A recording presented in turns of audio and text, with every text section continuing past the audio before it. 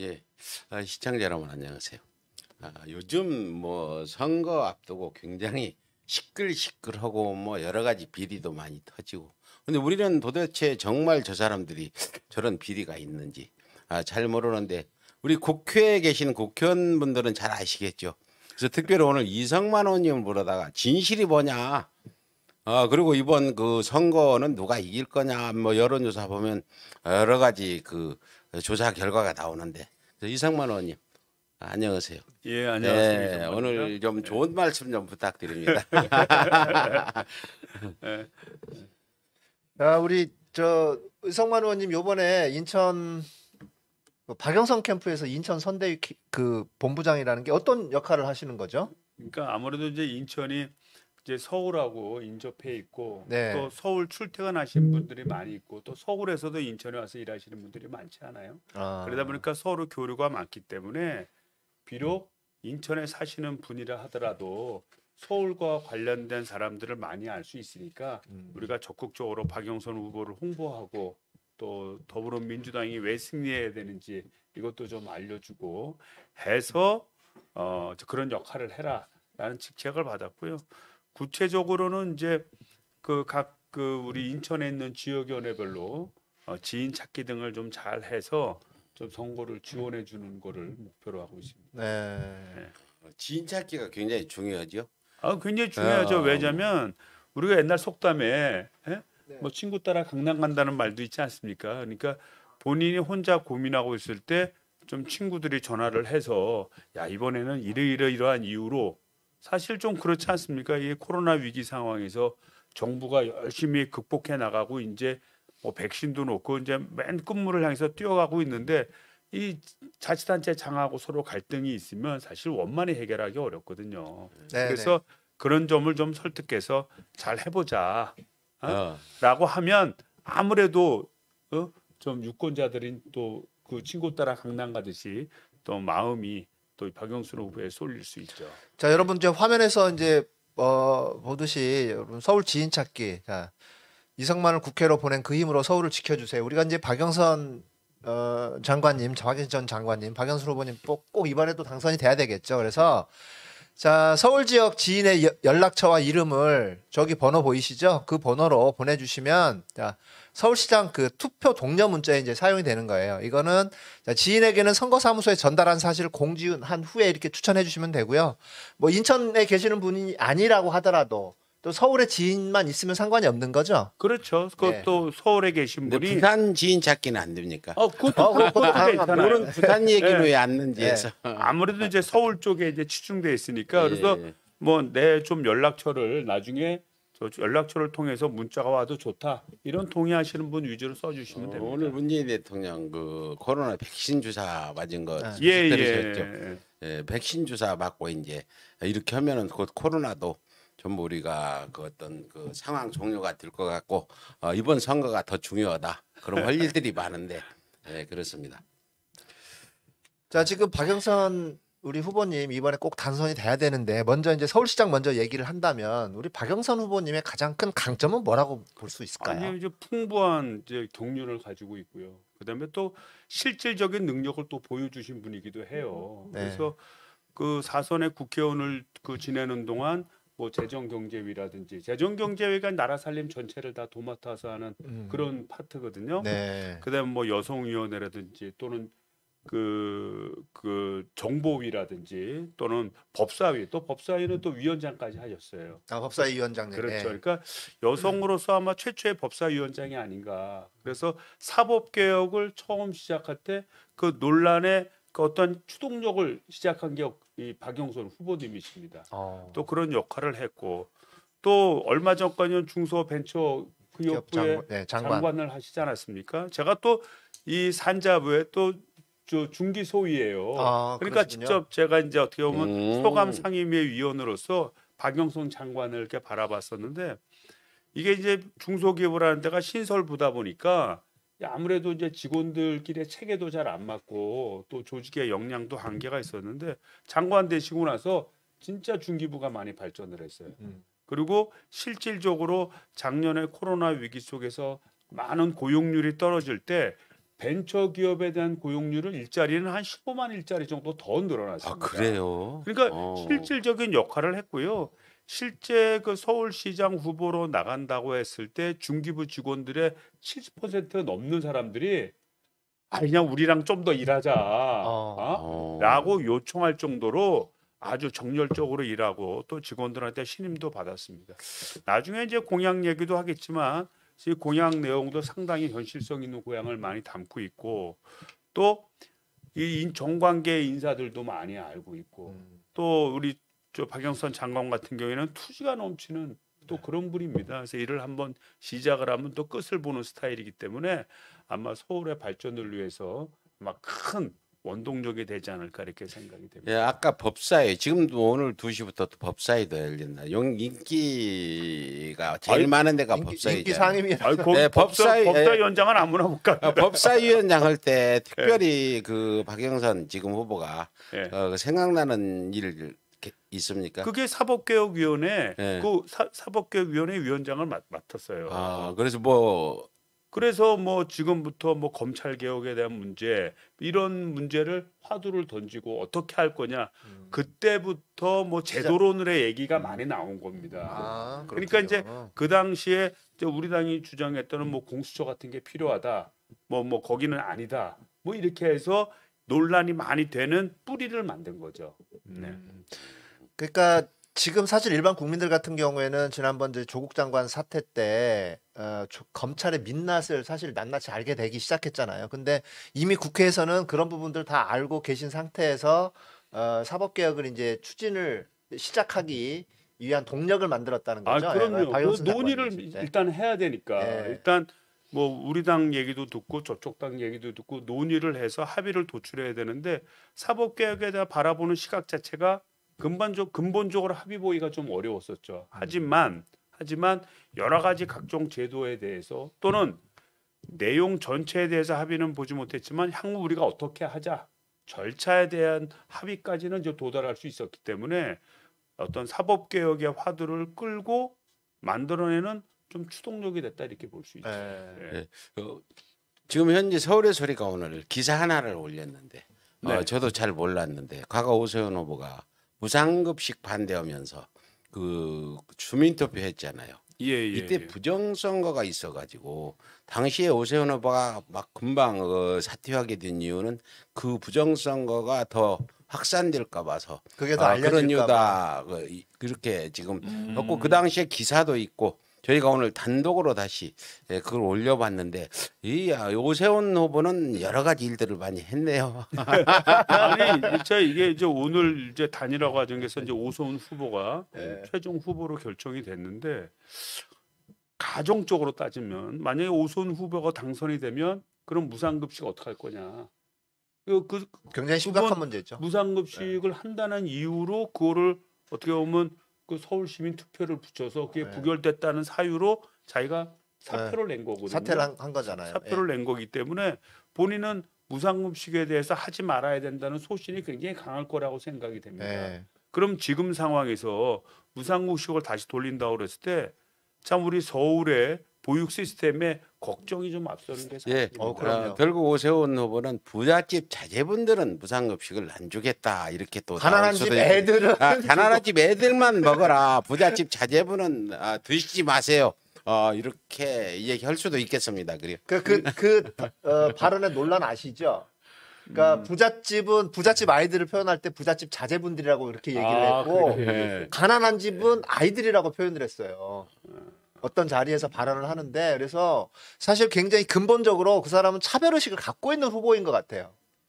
그러니까 사실 이제 밥 먹는 것도 그러니까 공평하게 주고 모두에게 똑같이 무상급식을 해야 이게 부잣집 아들인지 가난한 집 아들인지 알 수가 없어야 되잖아요. 그러다 그게 중요한 게 뭐냐면 서로 그러니까 차별에 대한 인식이나 이런 것들 하지 않게 차별 없이 그러니까 사실은 돈이 있고 없고가 중요한 게 아니라 차별에 대한 인식 자체를 배제를 시켜야 된다는 거죠.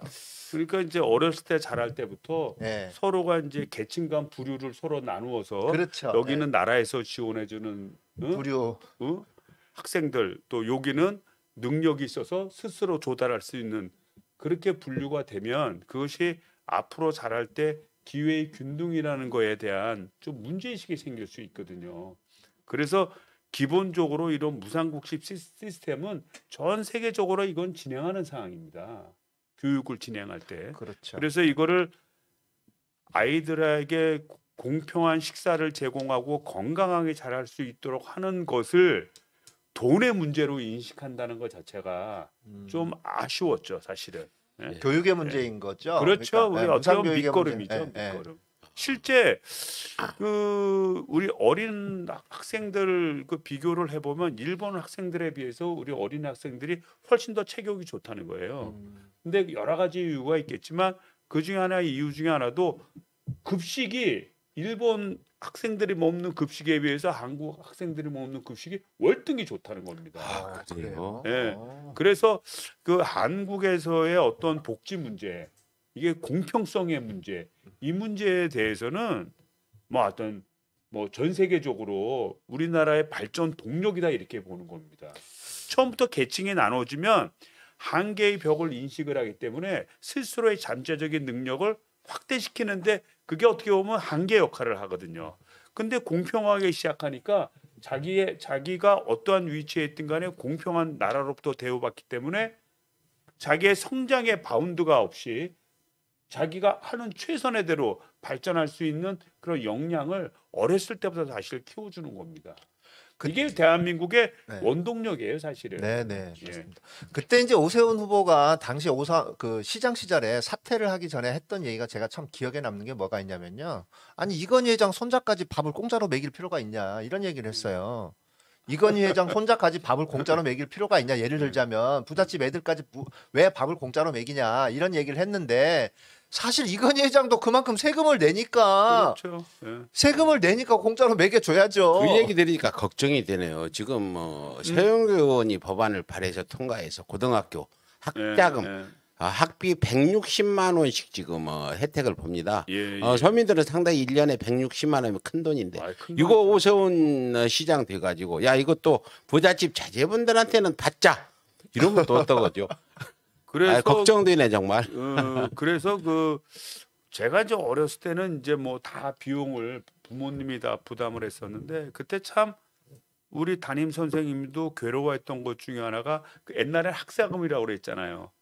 학사금 네. 안 내는 학생들 따로 불려가서 뭐 얘기 듣고 또 지금 우리 아이들이 잘하지만 우리 아이들 잘할 때는 또 이런 게 있었죠. 뭐 그 초등학교는 그때는 전부 다 무상 교육이었는데 그 어떤 아이들한테는 따로 불러서 뭐 육성회비 좀 내게 육성회비 부잣집 하고 아들은 받았죠. 또 나머지한테는 이런 차별 관계가 사실은 어떻게 보면 그 학교 내에서 학생들한테 그 민감하지 않습니까? 굉장히 학생들은. 민감한 부분. 학생들은 민감한데 예. 스스로 어떤 보이지 않는 어떤 열등을 심어줄 가능성이 되게 많습니다.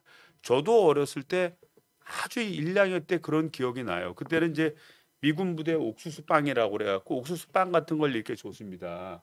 이제 빵을 점심으로 먹었는데 이 빵을 주면서 우유는 돈을 내는 사람은 사주고 돈을 안 내는 사람한테 안 줬어. 그러니까 이게 벌써 차별이 되잖아요. 네? 그렇죠. 그러니까 예. 어렸을 때 교육받아서 성인이 되기 전까지는 이거는 국가가 동일하게 동등하게 가르칠 수 있도록 시스템을 구축해야 자기가 어렸을 때 감수성이 예민할 때 자기는 좀 어려운 환경에 처했구나. 나는 내가 노력하더라도 어떤 한계에 부딪힐 수도 있구나. 이런 의식을 심어주지 말아야 됩니다.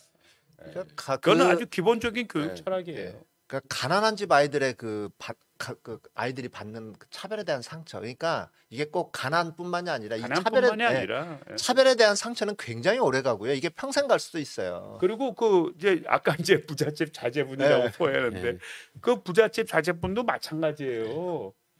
학생들하고 자기는 난 이건희 아들이야 해서 나는 저 사람들하고 다른 시스템으로 움직여라고 생각을 하면 다른 부류라고 인식을 하게 되는 겁니다. 그렇죠. 굉장히 특권의식을 갖게 되고. 그러면 본인도 외로워지는 거예요. 아무튼, 그런 거를 우리 국가 예산을 조금 더 들여서 형평성 있게 갈 수 있는 것을 그렇게 만든다는 게 안타깝고 또 그런 분이 이거 또 공당에 무슨 후보자가 돼서 다시 나온다니까 사실 많이 당황스럽죠. 네, 네, 맞습니다. 오세훈 그 전 서울시장 현 예. 후보죠. 예. 이분이 전 서울시장 때 애들 밖으로 차고 안 하겠다 나간 사람이 다시 왔다는 것도 도저히 이해가 안 되지만 지금 오세훈 후보가 서울시장이 되면 아까 얘기했듯이 부상급식 부분, 교육 부분 이런 부분에 또 나 이거 못 주겠다 다시 시장직을 걸고 주민투표 한번 하자 이렇게 나올 수도 있는데 그러면 박영선 후보는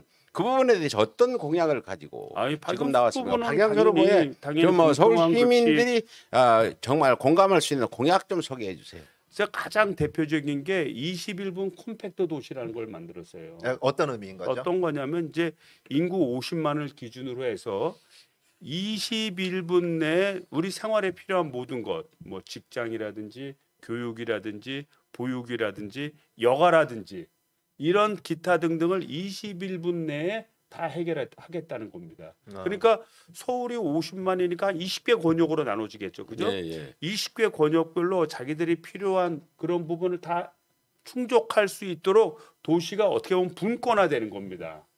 지금은 어떻게 되냐면 강남이나 특정 지역에 발전이 몰려 있지 않습니까? 그렇죠. 예. 예? 그리고 내가 뭐 좀 하려고 그러면 중심가로 나가야 되고 이런 단핵화된 도시로 가다 보니까 특정 지역은 뭐 값이 막 천정부지로 올라가게 되고 또 그렇지 못한 지역은 또 그만큼 값이 올라가지 않게 되고 또 사람들의 삶의 질도 달라지고 이런 불평등을 도시 차원에서 해소를 해서 각 20개 분권 지역을 만들어서 분권 지역마다 공원도 만들고 거기에 상업시설도 제대로 만들어서 기업이 유치해서 본사도 유치할 수 있도록 하고 해서 분권형 도시로 만들겠다는 거예요. 예. 이게 이제 어떻게 보면 이 도시가 지향하는 바입니다.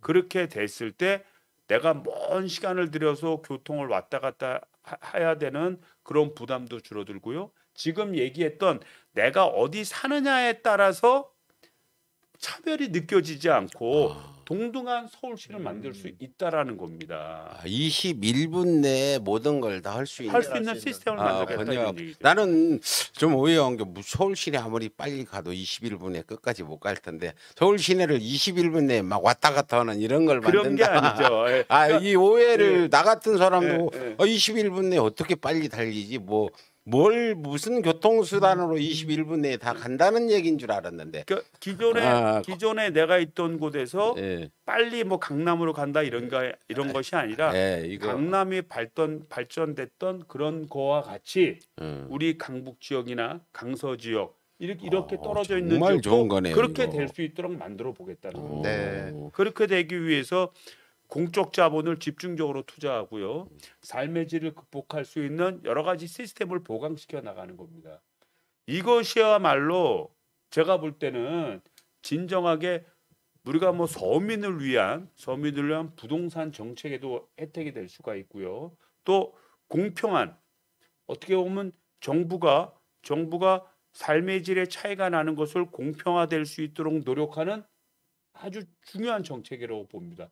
실제 우리가 보면 강남에 가면 도로망이 어마어마하게 잘 돼 있지 않습니까? 뭐 지상으로 안 돼 있는 거 뭐 또 지하로도 파고 뭐 다리로도 만들고 아니 그렇게 엄청난 공적 자본을 투자해 놓고 이쪽 지역이 왜 집값이 비싸고 여기는 싸냐 이렇게 말할 논리가 없는 거예요. 왜냐하면 거기는 그렇군요. 공적 자본을 많이 예. 투여했으니까 그런 똑같은 것을 강서나 강북이나 뭐 이런 지역으로 서로 분산 배치해서 만들어 간다 그러면 서울시 전 지역이 서로 공평성 있는 그런 도시가 될 수 있겠죠.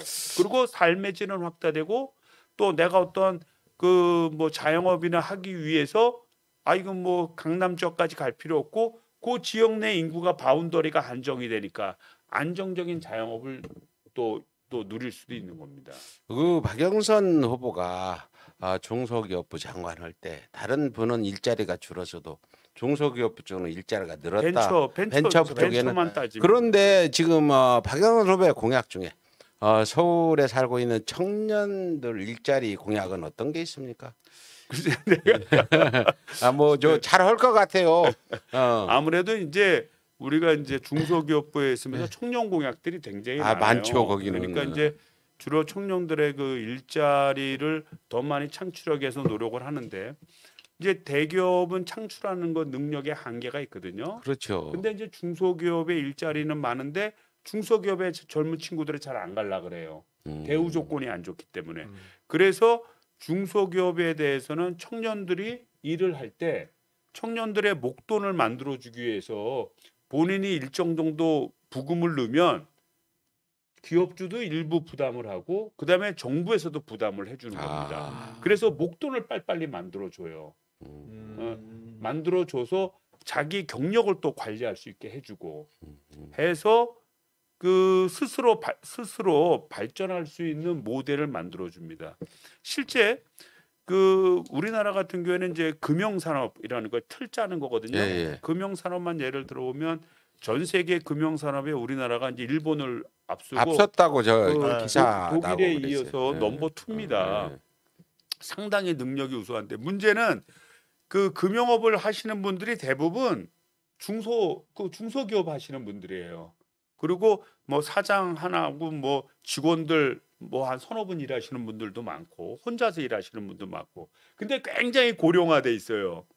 그래서 우리 젊은 친구들은 그런 데서 막 일을 하고 이런 체험 공제 등을 통해서 돈을 이렇게 확보하게 되면 나중에 그 해당되는 사업의 사장도 되실 수 있습니다. 실제 그런 경우가 되게 많고요. 네. 그래서 그런 길이 될 수 있도록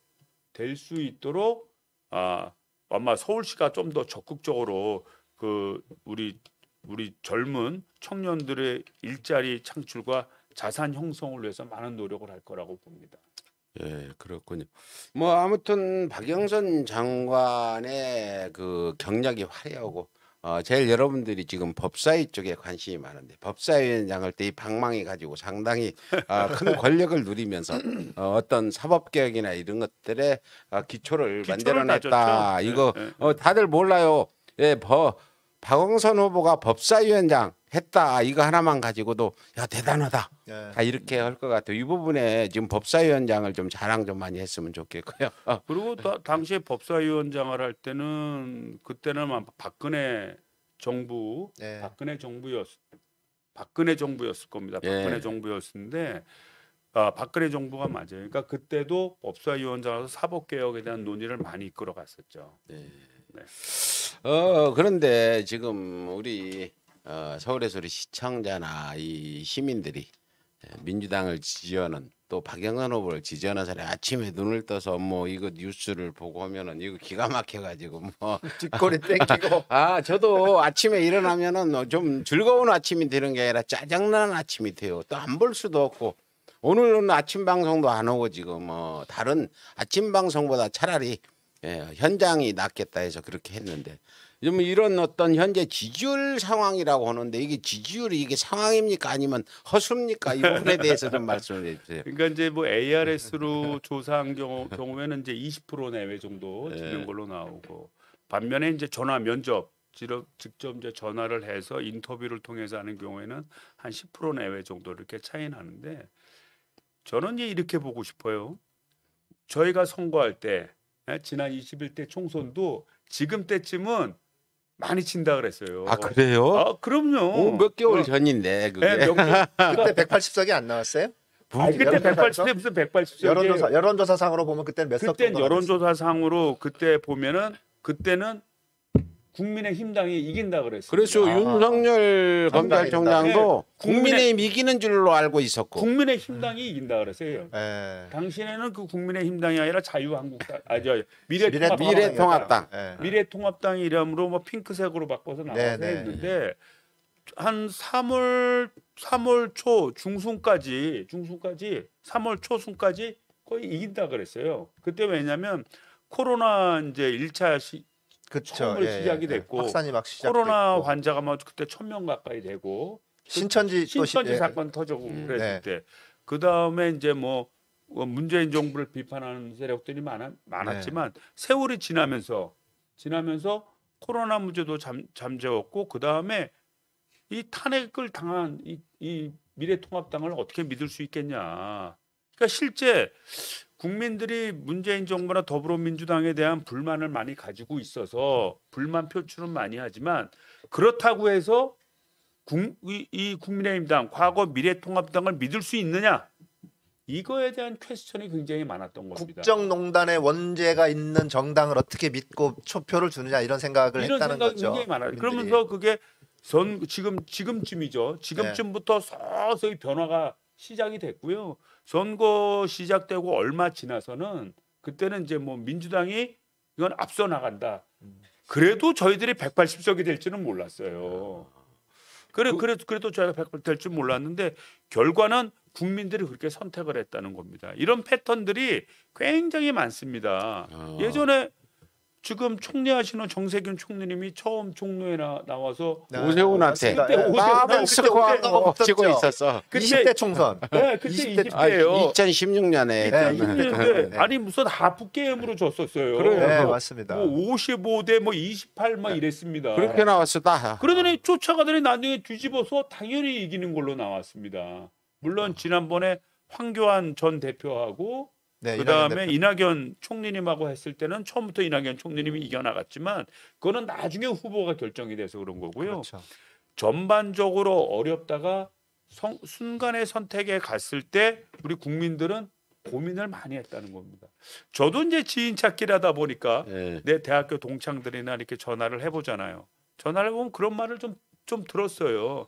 야 민주당이 뭐 잘한다고 얘기는 할 수 없고 민주당에 대한 불만을 많이 토로하지만 그렇다고 우리가 진짜 기득권 세력이고 개혁 성향 없고 그다음에 좀 보수적이지만 민족주의적이지 못한 이런 데 찍을 수 있겠냐 걱정하지 마라 이런 얘기를 간간히 듣습니다. 간간히 듣고요. 그렇죠. 그다음에 이제 두 번째는 이런 겁니다. 그 여론조사는 이제 지금의 여론조사는 이제 과대하게 결과가 나오는 경향이 있어요. 왜냐하면 많은 사람들이 여론조사에 별로 응하지는 않습니다. 그러니까 지금 응답률이 뭐 2%, 실제로 1%, ARS 같은 경우에는 1%밖에 안 돼요. 그러니까 이미 중간적으로 내가 중도인데 내가 일리 갈까 전리 갈까 판단을 해서 얘기하면 어느 정도의 정확성은 가질 수 있는데 이게 말하자면 소수의 극렬한 의견을 가진 사람이 좀 있다고 한다면 그분들은 무조건 답변을 하거든요. 그러면 그분들 위주로 답변이 되는 경향이 많아요. 특히 ARS 기계음 들어가면서 그 인내심을 갖고 끝까지 답변하는 사람이 얼마나 되겠어요. 아주 극렬한 의식을 가지지 않으면. 특히 요즘에는 그러니까 좀 심란해가지고 네.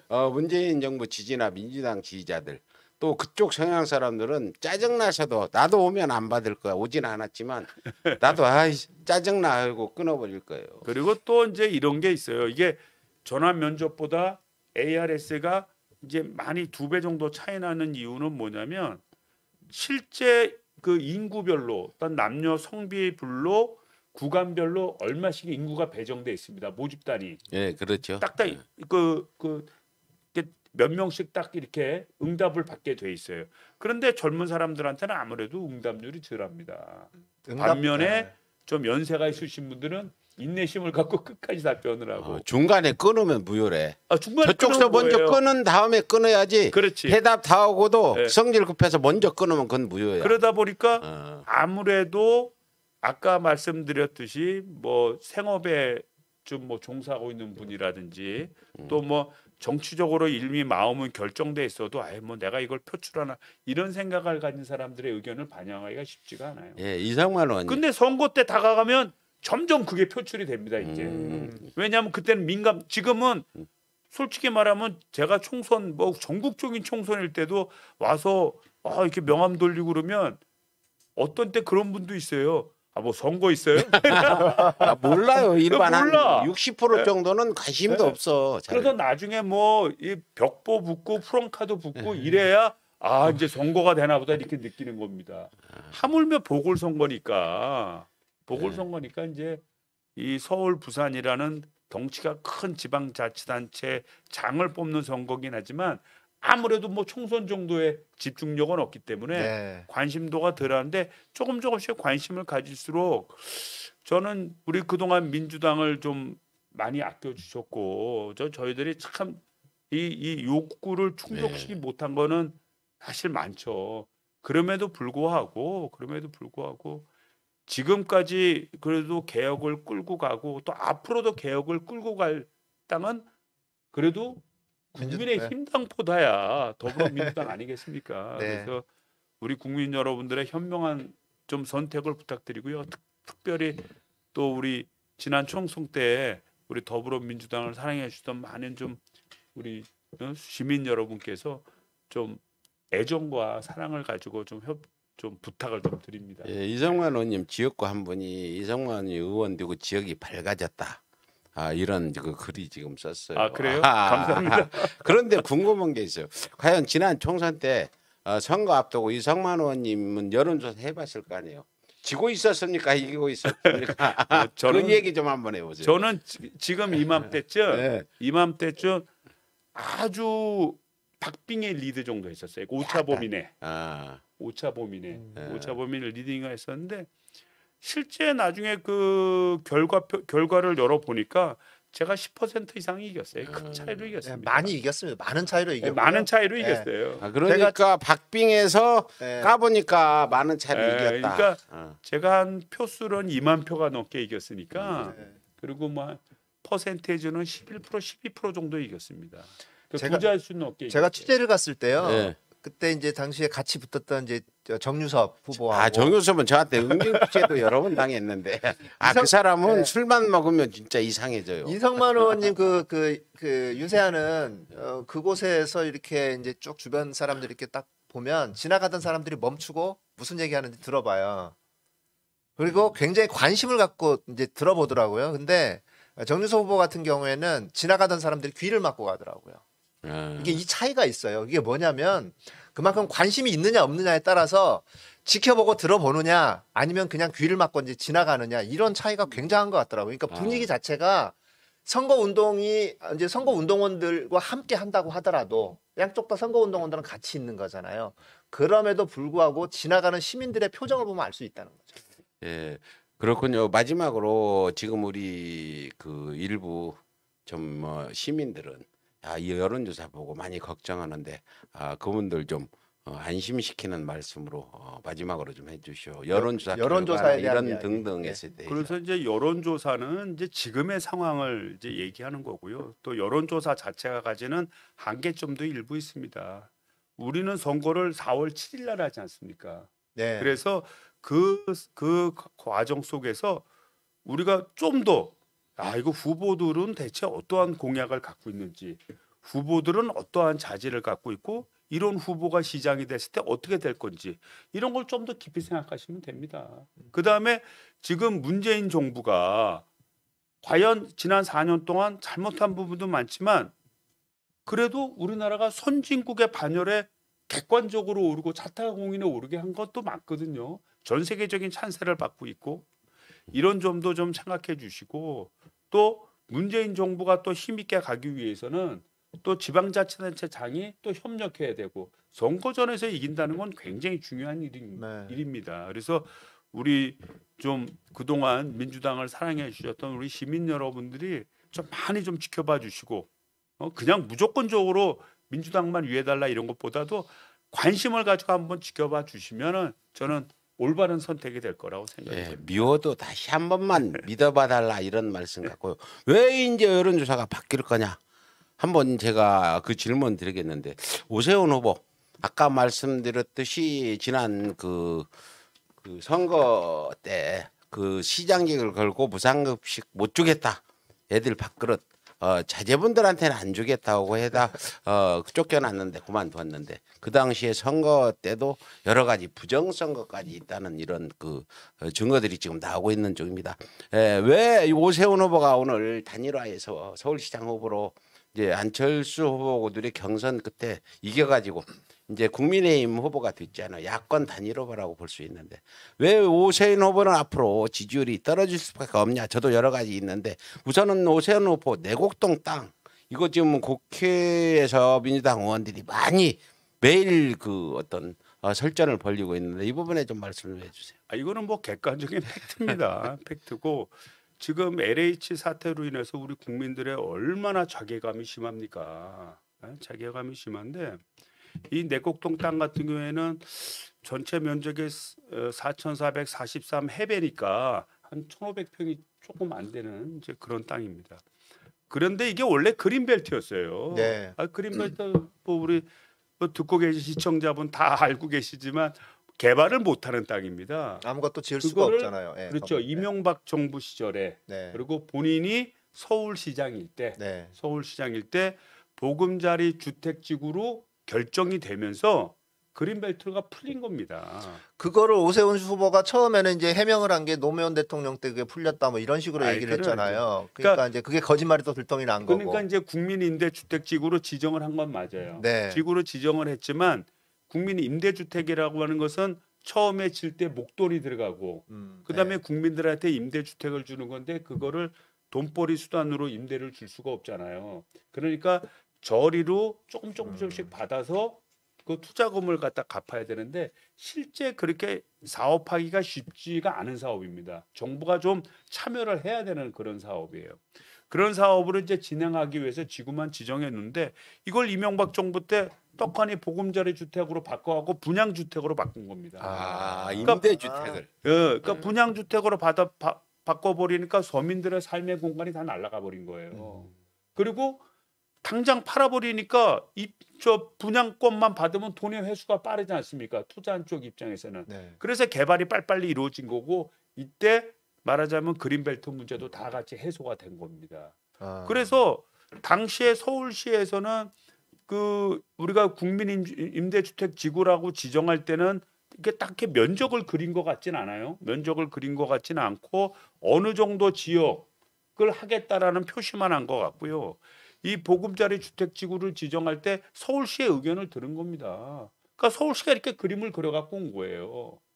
결정은 국토부가 한 결정은 맞지만 어느 지역의 땅을 그린벨트를 풀고 보금자리 주택지구로 지정하는데 해당 지자체의 의견을 무시해서 할 수는 없지 않습니까? 그렇죠. 예. 그래서 서울시의 의견이 참조가 돼서 결국은 그린벨트가 풀리고 보금자리 주택지구로 결정이 된 겁니다. 이거 자료 화면 좀 보여주세요. 그래서 그 땅으로 보상받은 게 무려 36억 5천만 원이에요. 그러니까 지금 저 그 서류가 어떤 내용의 서류인 거죠? 그래서 국토해양부 기획총괄과 뭐라고 이렇게 돼 있고 제목은 지금 보금자리 주택 그 지정 제한 제출이라고 돼 있는데 저게 2009년 8월달 자료인 거네요. 예. 그래서 그 어느 쪽으로 아까 말씀드렸듯이 그린벨트를 이렇게 풀어서 이렇게 하려고 그러는데 어디를 했으면 좋겠냐? 그 의견을 듣는 겁니다. 이게 서울특별시장 직인이 찍혀 있다는 게 지금 오세훈 시장하고 그때 당시에 긴밀한 협조가 돼 있다라는 거잖아요. 이게 이제 저 직인이야 이제 전결상이 어쨌든, 네, 누구냐에서 다 다를 수는 있는데 이게 일정 지역을 그린벨트를 풀어서 보금자리 주택으로 짓겠다라고 하는 것은 예. 이게 간단한 사항이겠습니까? 중요한 사항이겠습니까? 엄청나게 중요한 얘기죠. 엄청나게 중요한 사항이죠. 네. 그러니까 총괄 계획은 네. 당연히 서울시장의 그 결정이 있었을 거라고 보여져요. 그러니까 이런 걸 국장 전결로 해결할 수 있는 건 아니다. 그런 말씀이신 거죠. 총괄 계획은 이거는 시장한테 이쪽 지역을 그린벨트를 풀어서 어떻게 전체적으로 어떻게 하겠다. 라는 계획은 총괄 계획은 그거는 시장이 결정해야죠. 다만 총괄 계획을 이행하는 단순한 업무 연락 이런 거는 업무 연락 같은 경우는 이런 거는 그 저기 국장이나 뭐 과장이나 전결할 수 있겠죠. 네. 저기서 나오는 거는 단순한 그 연락 얘기를 하는 게 아니라 그 이전에 서울시 차원에서 결정했던 근본적인 사항 이거는 결정을 안 받을 수가 없죠. 기본 계획은. 그래서 제가 봤을 때는 지금은 사실 저 내곡동 토지 같은 경우는 오세훈 시장이 의원 시절에도 다 재산 신고했던 겁니다.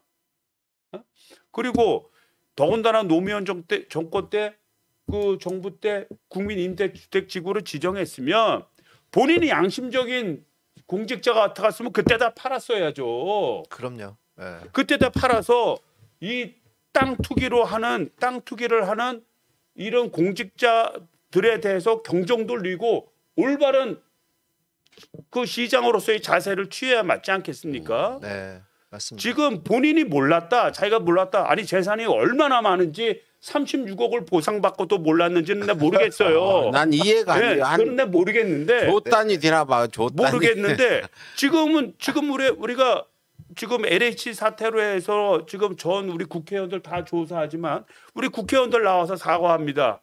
사과하는데 그 근처에 임야 땅 뭐 100평, 200평 가졌다는 이유만으로 사과를 하는 거예요. 그렇죠.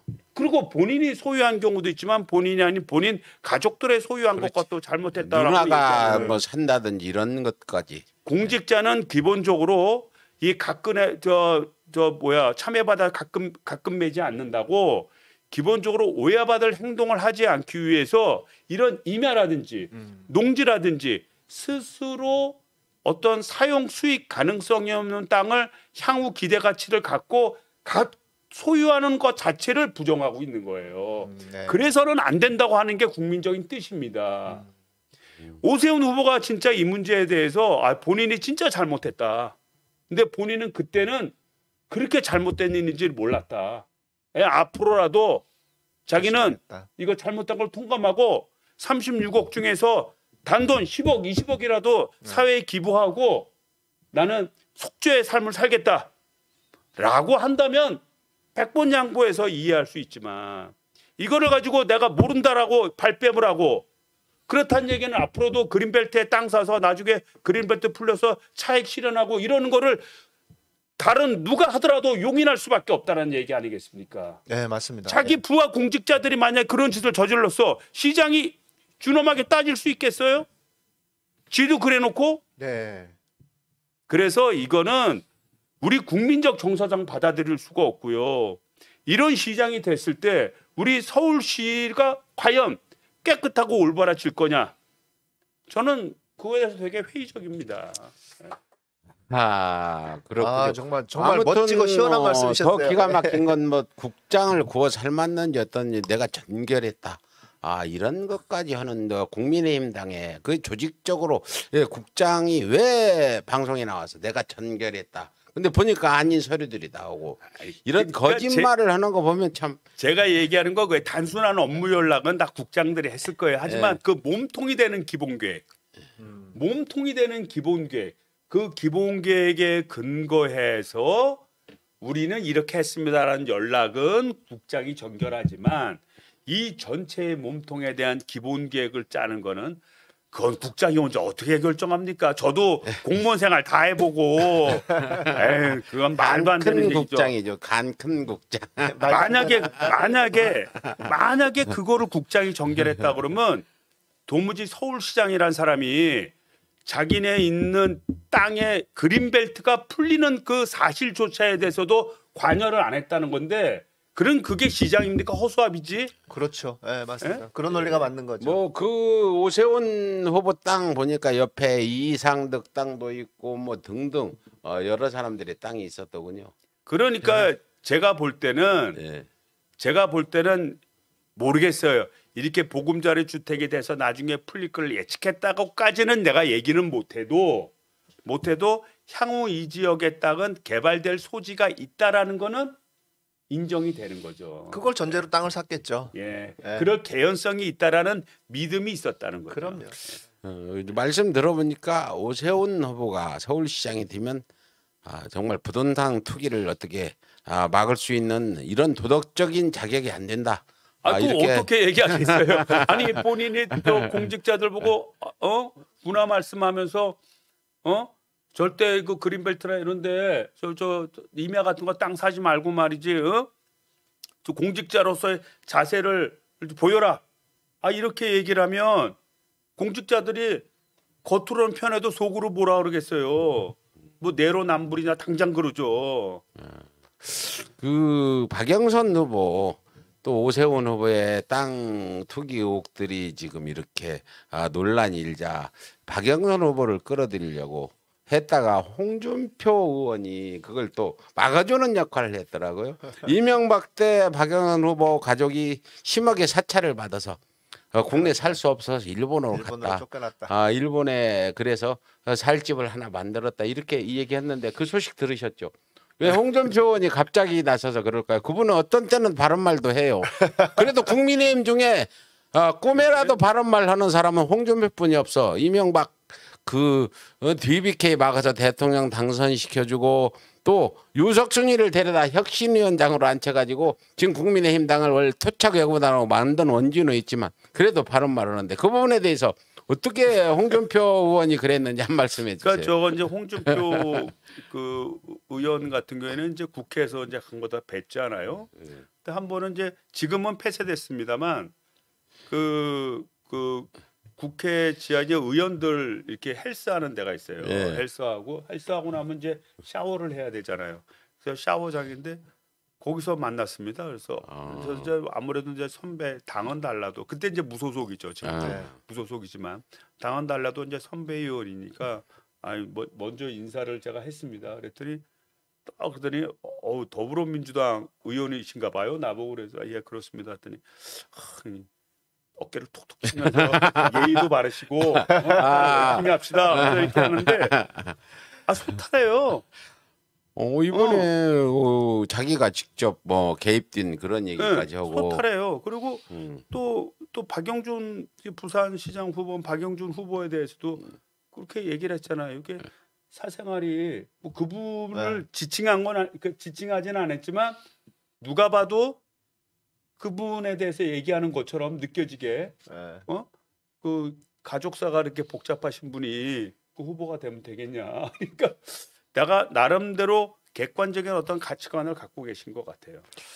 어떨 때는 그게 좀 이게 박자가 방향성이 잘 안 맞아서 엉뚱한 대로 할 때도 많지만 여하튼 자기의 가치관 속에서는 그렇게 하시는 것 같습니다. 아무튼 저는 이제 홍준표 의원을 만나면은 누석촌하고 지금 재판 중이잖아요. 이 부분에 대해 증언도 좀 서주고 당신이 그 유석춘이를 혁신위원장에 앉힌 거는 정말 잘못한 거 아니냐. 이거 사과하고 앞으로 정치를 해라. 근데 코로나 때문에 지금 만나질 못해서 말씀 못 드는데 여러분 박영선 후보가 어떻게 보이세요? 우리도 정보가 있잖아요.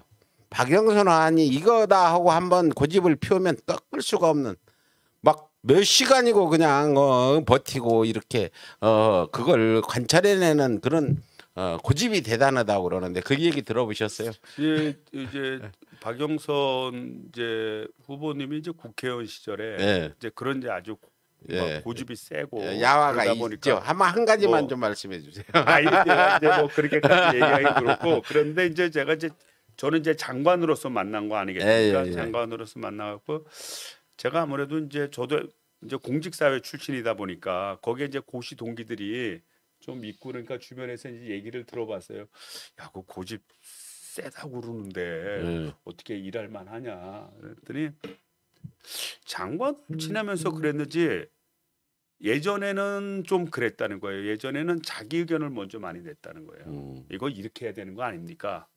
그러다 이제 반대론이 나오면 이거 이렇어 이거 이런 건데 하고 따지고 서로 말싸움을 하고 자기 고집을 많이 부렸다는 거예요. 근데 중기부 장관을 와서는 자기 먼저 의견을 얘기하니까 의견을 내라 그런다는 거예요. 의견을 해서 의견을 쭉 나오잖아요. 그럼 나오는 걸 이제 종합하고 자기 생각도 얘기해서 그럼 이렇게 하면 어떠냐 해서 동의가 되면 그러면 그 다음부터 고집을 부린다는 거예요. 그래서 내가 볼 때는 그 상당히 좋은 방향으로 좋은 방향이죠. 그 네? 정도의 어떤 고집이 없으면은 리더로서 어떤 옳다고 생각하면 중요한 거는 그 길로 가야 맞는 거죠. 중요한 건 뭐냐면 실무자나 또 중간 관리자나 최고 관리자나 또 결정권자가 함께 모여서 서로 토의하고 자기 얘기를 편하게 할 수 있도록 분위기를 만들어주고 한번 결정하면 결정한 거를 원칙적으로 끝까지 밀고 나가는 좀 뒷심이 돼주고 이럴 때 조직이 활발해지는 거거든요. 그럼요. 그래서 아마 중기부 장관을 거치면서 저 한번 식사도 하면서 제가 장관님 참 평이 좋습니다. 그랬더니 본인이 그렇게 많이 바뀌었다는 거예요. 조직을 맡으면서. 나도 박영선 의원한테 신세를 짓고 감동받은 일이 있어요. 2017년도에 이명박 구속 여론이 별로 안 좋아가지고 제가 거기 들어가서 천막 치고 단식도 10며칠 하면서 했잖아요. 거기에 박영선 의원이 자주 왔어요. 나는 사적인 어떤 그 내가 어떤 혜택을 덕을 본 게 아니라 공적으로 와가지고 집회에 나와서 발언도 여러 번 하고 방문도 해줘가지고 나는 이명박 그 구속 운동할 때 박영선 후보한테 도움을 받아가지고 항상 고마운 마음을 가지고 있다. 아 그렇죠. 사적으로 뭐 나를 개인을 위해서 한 건 아니지만 우리가 그 목표를 삼고 있는데 많은 그 도움을 줘가지고 항상 고마운 마음이 있어요. 그리고 또 그 이런 게 있어요. 국회라는 환경은 또 여야가 부닥치는 곳 아닙니까? 여야가 부닥치고 그 부닥치는 과정 속에서 자기 의견을 관철해야 되기 때문에 이제 아까 얘기했던 자기가 의사 판단하고 상담하고 이제 서로 이제 논리적인 토론을 통하지만 처음부터 자기 의견을 결정하고 밀고 나가는 이런 게 강한데 뭐 장관이 되시고 나서는 많이 바뀐 것 같고 서울시장이 되면 잘하실 것 같아요. 저는 정말 어느 서울시장보다도 잘할 것 같은 생각 들고 특히 최초 여성 시장이잖아요. 아, 그럼요. 특히 여성분들도 이번에는 여성 서울시장 한번 뽑아볼 만하죠. 네. 그렇죠. 그리고 제가 또 박영선 우리 후보님에 대해서 좋게 생각하는 것 중에 하나가 자 이게 여기가 적절한지는 모르겠는데 그 여성은 여성이라는 이유로 여러 가지 이제 뭐 가점이나 혜택을 보는 경우가 많습니다. 가적인 혜택을 보고 많은데 우리 박영선 장관 같은 경우에는 그러진 않았어요. 그냥 깔끔하게 이번에 그래서 그 경선 과정을 거칠 때도 여성 가점 제도를 두지는 않았어요. 아 그래요. 네, 그래서 그랬어요? 동등한 입장에서 한 거죠. 10% 있잖아요, 가수. 우리 때는 10%가 있었거든요. 네. 우리 때는 10%가 나도 있었는데 이번에도 있는 줄 알았어. 이번에는 제가 없는 걸로 알고 있어요. 그렇구나. 없는 걸로 알고 있고 그래서 뭐냐면 여성이니까 나 해줘 뭐 이렇게 하는 거 없이 그냥 깨끗하게 경선하고 깨끗하게 진행을 했고. 네.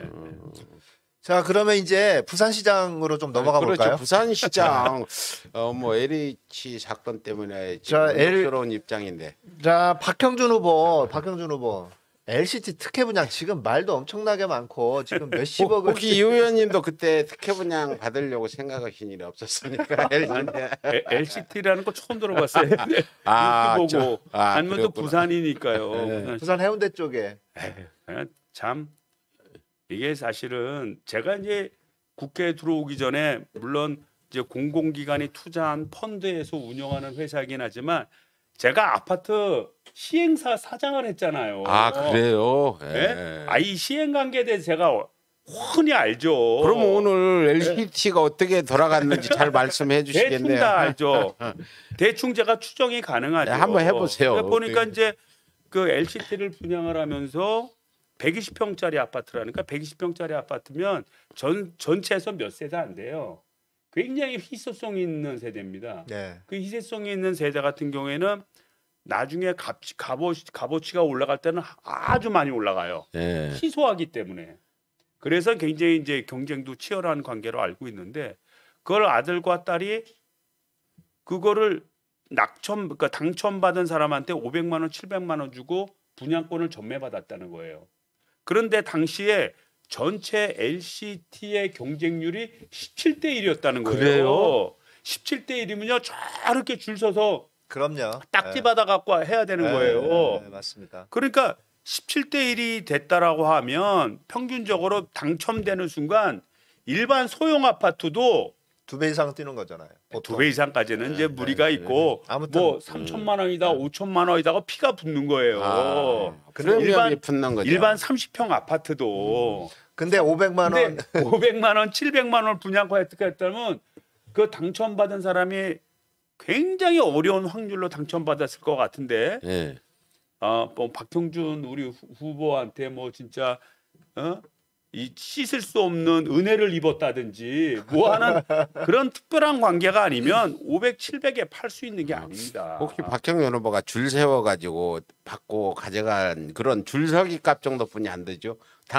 분양권 신청할 이제 때. 뭐 그런 제가 볼 때는 이제 뭐 그 우리 초심님이 말씀하시니까 제가 소신님이 말씀하신 겁니다. 제가 부정은 내가 그랬을 거 아니겠나 싶은 거예요. 왜냐하면 이게 세대 수가 적고 워낙 분양가만 뭐 20억이니까 20억의 분양가를 내서 아파트를 살 수 있는 사람이 17대. 얼마나 있겠어요. 그러니까 20억짜리 분양 때 17대 1로 경쟁이 심했다. 최소한 저는 한 3, 4억은 피가 붙었을 것 같은데 아무리 적어도. 그러니까 이건 네. 정상적인 상황이라기보다는 말씀드렸지 당첨받기 위한 멤버가 들어가서 했거나 네. 아니면 회사하고 뭐 네. 서로 짬짬이가 연결돼서 있었거나. 이루어졌거나라고 하는 그런 가능성을 그러니까 충분히 사실은 그런 의혹을 제기할 수 있는 거죠. 합리적인 네, 의심을 그럼요. 할 수밖에 합리적인 없죠. 의심이 그게 들어가는 거죠. 여기 이런 제가 이제 집이 인천이지만 인천에서 가장 뜨거운 데가 송도 아니겠습니까? 아 아, 그렇죠. 송도 같은 데서도 한번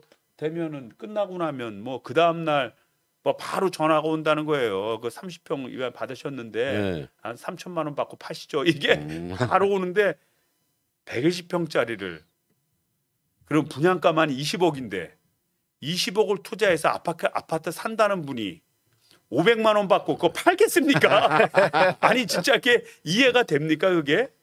예? 내가 20억을 내고 내 아파트를 사겠다라고 하는 분이 500만 원 더 준다니까 그것도 어렵게 당첨됐는데 나는 그 당시 그래서 한 미달이었었나 그런 생각해서 오늘 처음 알았어요. 분양가가 17대 워낙 1이랑. 높아서 저도 혹시 미달 아니었나. 미달이라 에이, 그냥 이거- 10% 값 정도 줬나 보다 이랬는데. 근데 17대 1이었다면 어마어마한 거잖아요. 어마어마한 경쟁률이죠. 자, 그다음에 박형준 후보 그 자녀 홍대 입시 비리 관련돼 가지고 얼마 전에 그 교수님, 예, 김승현 교수님인가요? 그분이 또 박형준 5억 그 민사소송 냈다고 보도 나왔는데 5억 얘기 들으니까 홍준표 대표가요. 서울의서를 향해서 1억 5천 민사소송 냈는데 1심에서 판사가 이게 뭐야 그러고 서류 던지고 그냥 기각시켜 버렸어요. 말도 안 되는 거니까 큰 거 아니에요. 5억 그 서울의 소리도 1억 5천 홍준표 요즘에 바른 소리 한다는 홍준표 대표가 어때 그랬어요. 그 좋았다 싫었다 좋았다 싫었다 이게 그래서 예. 그럼 이게 그 김 교수란 분이 이제 양심 선언을 한 거 아니겠어요? 네, 그렇죠. 이게 동료 네. 선배 교수하고 뭐 주변에 있는 분들이 근데 이제 그 동료 선배 교수님도 돌아가신 거죠, 지금 이두식 뭐 교수님. 그거는 제가 파악을 못 네. 하겠는데 뭐 근데 그분이 진술을 그 점수를 많이 줘라. 그런데 가 보니까 뭐 형편없는 그림이 한 점 있더라는 예, 거예요. 예. 그 형편없는 그림이 바로 이제 그 조현 그렇죠. 내 딸.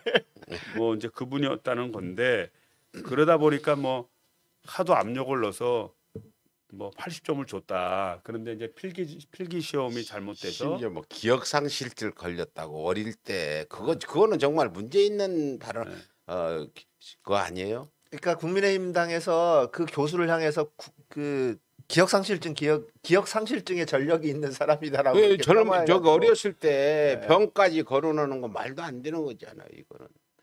그러면 교수가 되지 말았어야죠. 아니 그 기억상실증 걸린 분이 공부해가지고 교수까지 교수까지 됐는데 다 치료된 거 아니에요. 그럼요.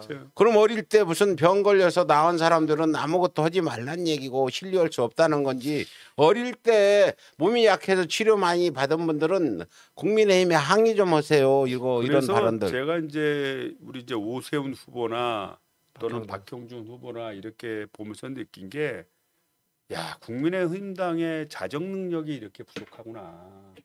이 당이라는 게 사실은 어떻게 보면 나라의 운명을 좌우하고 또 선출직을 또 내보내고 국가 중요 사항을 결정하고 국가의 미래와 관련된 거 아닙니까? 이 당이라는 그 조직 자체가. 그래서 당은 우리 국회의원들이 좀 불만이 있긴 하지만 남들이 받는 비판보다 10배, 100배의 비판을 받아야 되는 거예요.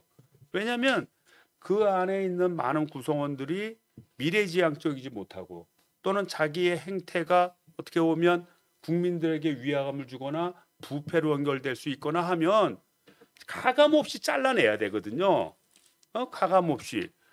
이 국민의힘당은 도무지 지금 LH 사태가 이렇게 터지고 특권의식을 배제하고자 하고 우리 국민들이 좀 서로 균형감 있게 누구한테나 공평한 기회를 주는 그런 사회를 만들자고 하는데 그럼에도 불구하고 이렇게 흠집이 많은 후보를 낼 수밖에 없는 예?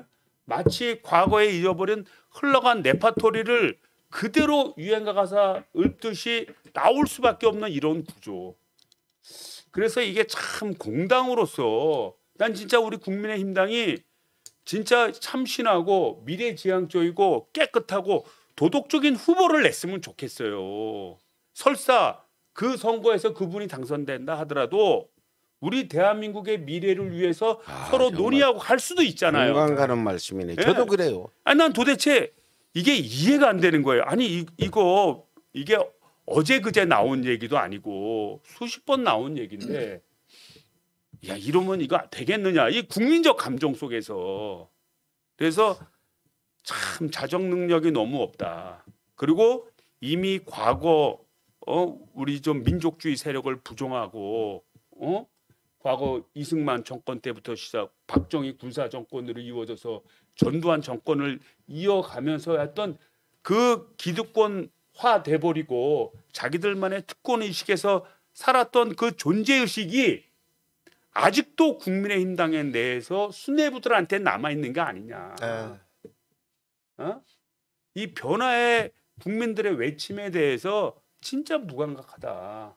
우리 민주당 같았으면 이런 후보 출마한다 그랬으면 난리 났어. 바로 난리 났어요. 당원들이 난리 났을 예, 거예요. 당원들이 난리 먼저 그리고 저희들도 뭐 당의 결정이 되면 우리도 뭐 결정에 따르지만 결정되기 전까지는 이게 말이 됩니까?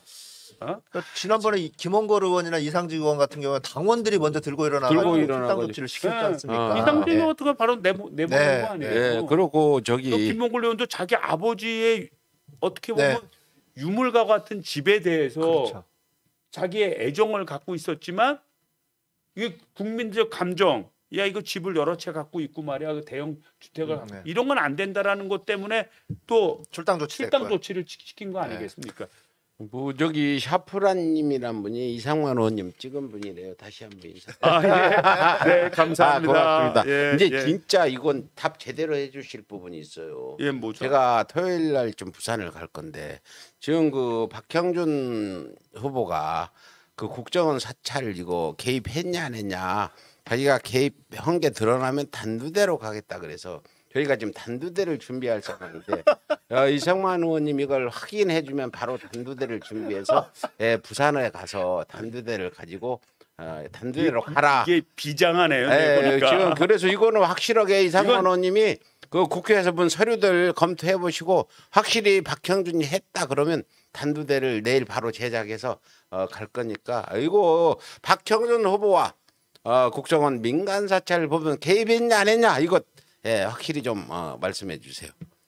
그래서 그 박형준 후보가 당시에 홍보기획관이라는 직책을 맡고 있었습니다. 이제 지금으로 말하면 이제 홍보수석 뭐 이런 거에 해당되겠죠. 홍보기획관을 맡고 있었는데 그 두 가지 문건이 발견이 됐다는 거예요.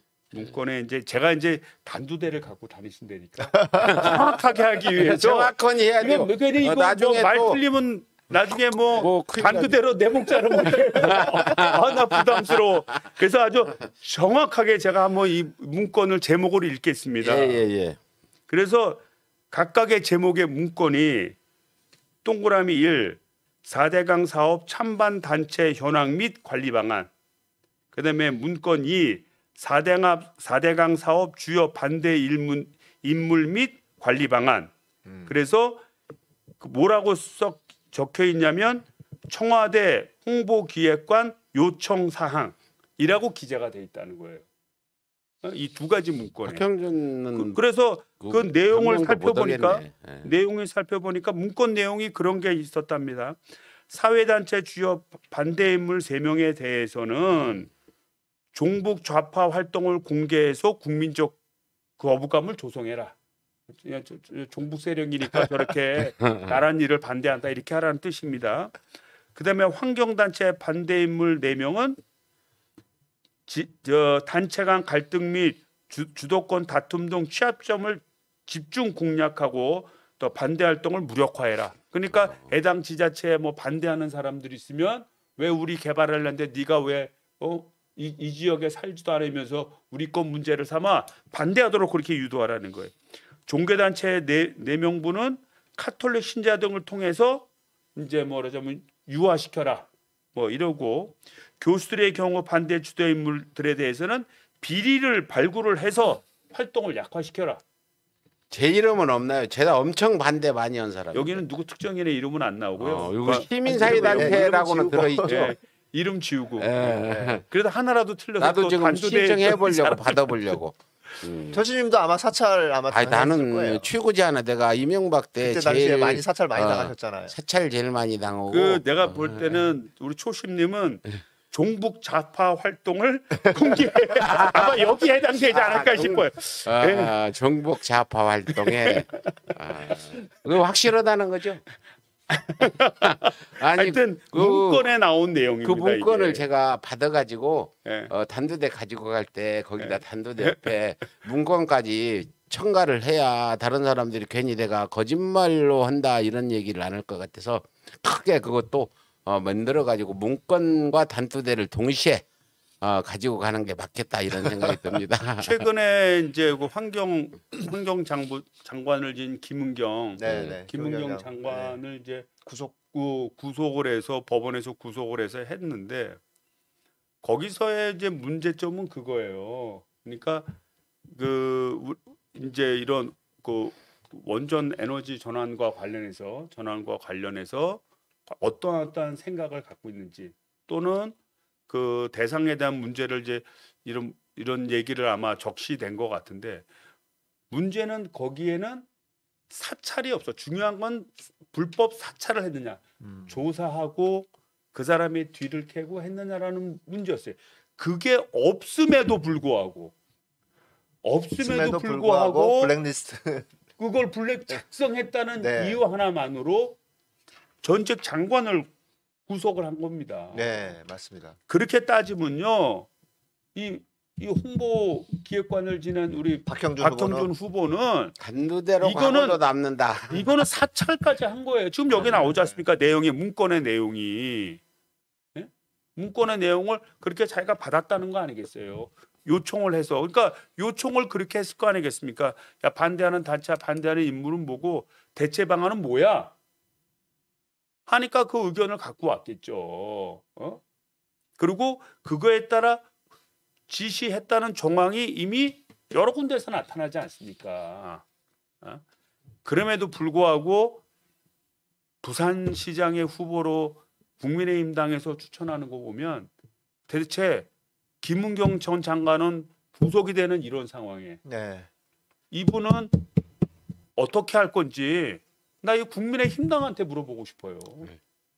하여튼 뭐 단두대 가지고 가는 수밖에 없는. 그러니까 박형준 같은 경우에는 사실 민간 단체 개인에 대한 사찰이었잖아요. 이게 굉장히 문제가 있었던 거고, 그다음에 김은경 장관은요, 그 환경부 산하의 기관장에 관련된 부분들이었잖아요. 그래서 이거는 완전히 다른 영역이잖아요. 다른 영역이죠. 완전히 내가 다른 착각을 영역이에요. 했네. 네. 그 기관장에 대한 거죠. 네네네. 기관장. 완전히 다른 영역이에요. 기관장에 대해서 뭐 네.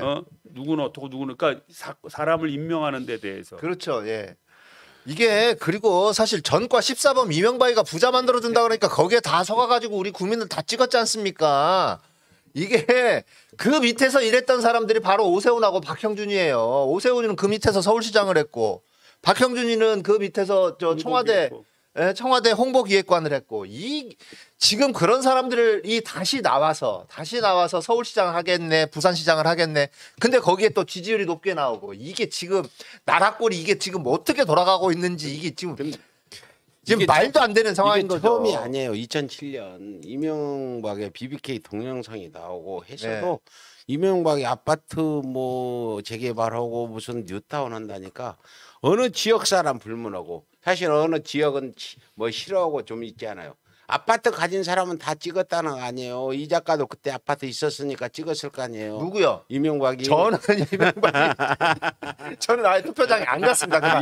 그때 너무 화가 나가지고. 그 이명박 그 정부 시절에 그 자원 예결을 한다고 해서 공사공단을 하여금 뭐 자원을 사게끔 뭐 광산 같은 거 사게끔 투자한 게 30조가 넘습니다. 근데 그 투자한 대부분의 사업이 다 거의 다 잘못된 경우가 많아요. 예를 들자면 어떤 데는 파도 제대로 순도 높은 광물이 나오질 않고 또 팔 수도 없는 상황. 네. 예를 들자면 뭐 반군하고 뭐 정부군하고 교전 중이기 때문에 광산을 들어갈 수도 없는 것도 있고 네. 어디는 석유가 나온 데라서 석유를 갔더니 석유는 나오긴 나오는데 물이 90%랍니다. 이런 말도 안 되는 그런 돈을 투자해서 우리나라 공기업을 멍이 안 든 공기업이 없을 정도로 다 부실투성이로 네. 만들었죠 이명박이가. 부채 다 2, 3조씩 다 치게끔 다 만들었어요. 그 만든 그 부실된 공기업을 어떻게 하든지 공기업이 무너지면 공기업은 이거 신용도가 그 A 플러스급입니다. 왜냐하면 네. 대한민국 정부가 보증을 하기 때문에.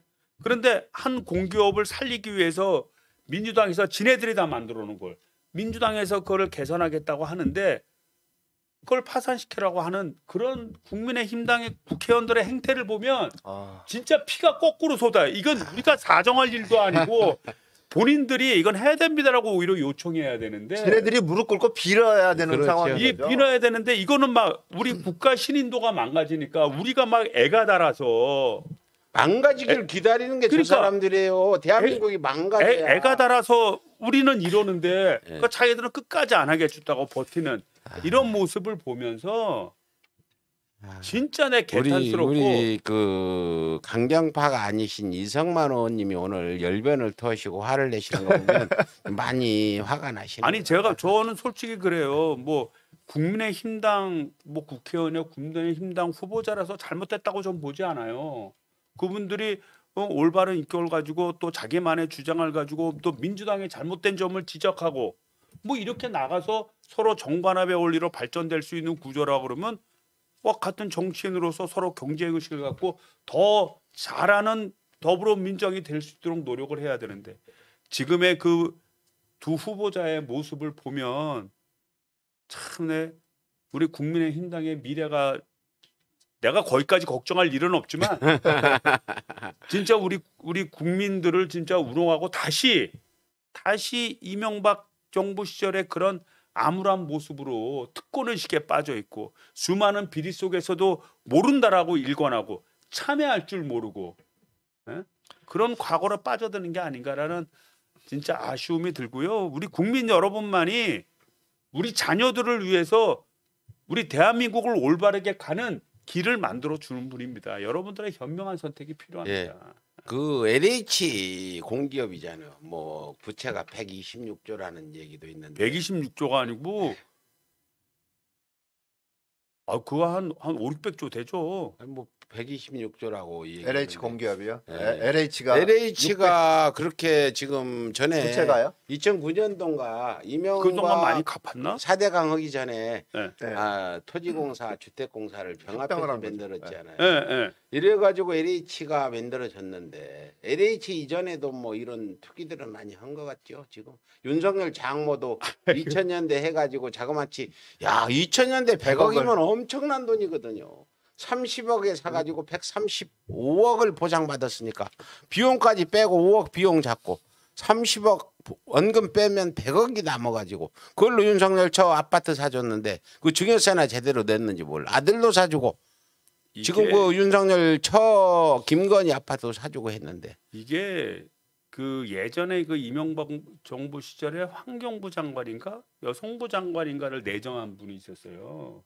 근데 그분이 땅을 어마어마하게 많이 소유한 거예요. 또 샀다 팔았다도 여러 번 하고 그러다 보니까 청문회에서 당연히 문제가 되지 않겠어요? 네. 그분이 한 유명한 말 있지 않습니까? 땅을 사랑한 것도 죄입니까? 근데 혹시 그러니까 나는 이게 어떤 생각이 드냐면 이게 이게 취미도 같은 사람들끼리 모이는 거 아니겠어요? 탁구는 탁구 좋아하면 탁구 치는 사람들끼리, 그다음 테니스 이게 땅을 좋아하시는 분들끼리 모이는 건지, 일단 땅과 관련되지 않는 분이 없을 정도로. 혹시 이성만 의원님은 땅을 사랑하지 않으세요? LH 뭐 이렇게 땅 좀 사놓고 땅 좀 사랑하고 싶은데 능력이 안 돼서. 그 이성만 의원님 누님이 지금도 그쪽에서 어디서 장사하고 계신다면서요? 우리 누님이요? 예. 어떤 누님? 아니 저 우리 누님이 여러분이라. 자원봉사 하시면서 또 이성만 의원님 많이 도와드리고 우리 누님. 네. 우리 누님은 이제 넷째 누님인데 그 이제 매형이 예전에 약사했었어요. 네. 근데 이제 한 15년 전에 돌아가셨죠. 그러니까 15년 전에 돌아가셨고 그래서 이제 혼자 되셔서 참 여러 가지 많이 하십니다. 예. 아. 하여튼 뭐 봉사 많이 하신다는 소문이 자자해가지고 그러고 하여튼 뭐 LH 땅은 땅은 사랑하지만 능력이 없어서 못 샀다 아이, 이런 뭐 농담이고 그 뭐 이런 게 있죠. 그러니까 그 소유를 통해서 자기가 활용할 수 없는 땅은 사실은 사실을 말아야 돼. 자기가 그럼요. 사용 수익을 할 수 있는 그런 땅이 아니고 어떻게 보면 환차익을 통해서 이런 이익을 보겠다라고 하는 것은 어떻게 그거는 진짜 말 그대로 이 토지라는 것이 제한될 수밖에 없고 이 토지 공개념을 나올 정도로 공공재적 성격이 강한 거거든요. 이것을 뭐 특정인이 개인이 이익의 사유화로 만들었다고 한다면 그 자체만으로 공직자의 자질이 없는 겁니다. 네. 마인드가 네. 땅을 볼 때 이건 우리 온 국민이 공동으로 써야 될 자산이다 이렇게 생각해야 정상이지. 그 땅을 딱 보면서 저걸 내가 사랑하니까 저걸 통해서 몇십억 남겨야겠다 이런 생각을 하면 그거는 공공성을 이미 잃어버린 거예요. 그러니까 이렇게 저 이해관계 종사자들 사실 LH 직원들처럼 이렇게 투기에 뭐 전 직원이 다 투기에 뭐 몰빵하진 않았겠죠. 근데 일부 직원들이겠지만 사실 LH 직원들이 전체가 다 이제 욕을 먹는 상황이긴 한데 어쨌든 그 이해관계 종사자들이 부동산 투기를 좀 근절시킬 수 있는 뭐 그런 방법이 좀 없을까요? 근데 이제 이게 굉장히 이제 고도화돼 가고 있죠. 네. 그러니까 예전에는 이제 공직자가 예전에 뭐 우리가 60년대인가요? 60년대는 그 축첩을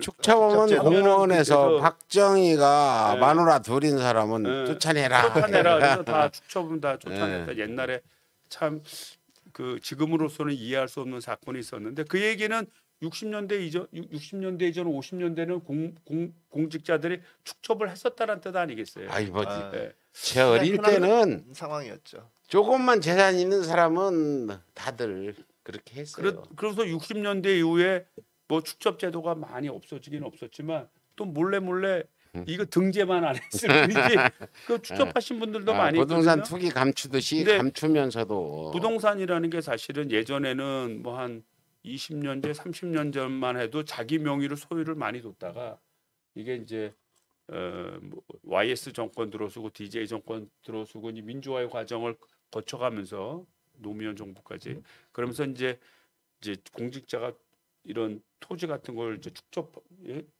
축적하지 못하도록 사찰이 아니라 이제 감시를 하고 또 문제가 되면 처벌을 하니까 이제 다른 사람 명의로 많이 이루어지기 때문에 이거를 근절하는 방법이 상당히 어렵습니다.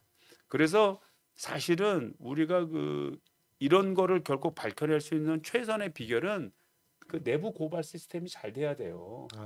그러니까 내부 고발이 조직 간의 어떤 그런 의리관계를 단절시키는 것이 아니라 조직 전체를 정화시키는 힘이다라는 의식이 되게 중요합니다. 저도 공무원 생활을 했지만 그때 그 인천시에서도 개발 사업이 되게 많았어요. 많았다니까 여기 개발한다 저기 개발한다 그런 게 굉장히 많았습니다. 그런데 그런데 미리 사두고 투자하시는 분들도 간혹가다 있었던 것 같아. 지금 생각해 보면. 근데 외부 사람들은 잘 몰라요. 그래서 이 내부자들이 어떻게 보면 스스로의 건강함을 지킬 수 있는 이런 시스템이 필요하고 그렇게 되기 위해서 뭐 공직자 뭐 윤리 교육이라든지 또는 또 하나는 뭐냐면 예측 가능성. 이렇게 일하면 이렇게 되더라는 예측 가능성을 높이고 투명성을 강화하면 이런 내부적인 부패의 고리가 훨씬 줄어듭니다. 이게 불확실성이 있고 재량이 있을 때 그런 부패 문제가 생길 수 있거든요. 예. 그 제가 제일 중요한 부분이 LH 사건 터졌는데 지금 LH 사건이 언제부터 시작됐냐 참여연대에서 이걸 폭로해서 시작된 거 아는데 그 폭로할 때 이런 것들도 좀 밝혀줬으면 좋지 않겠냐 이런 생각이 드는데요. 과연 LH가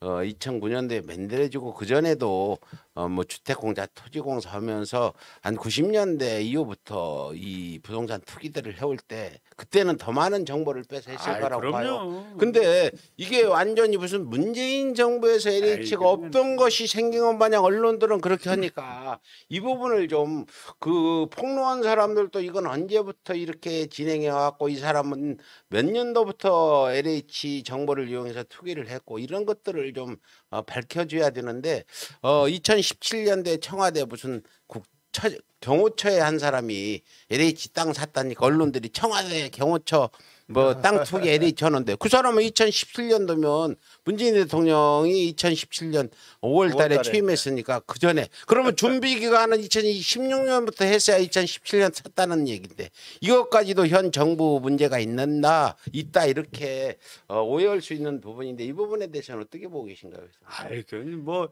얼마 전에 여론조사를 해서 보니까 그렇게 나오더라고요. 그러니까 이게 LH 땅 투기 사건이 뭐 문재인 정부 이후에 생긴 거냐 아니면 그 전부터 내려온 거냐 하니까 50% 이상의 국민들이 그 전부터 내려왔던 것이다. 이거는 네. 상식적으로 이해가 되고요.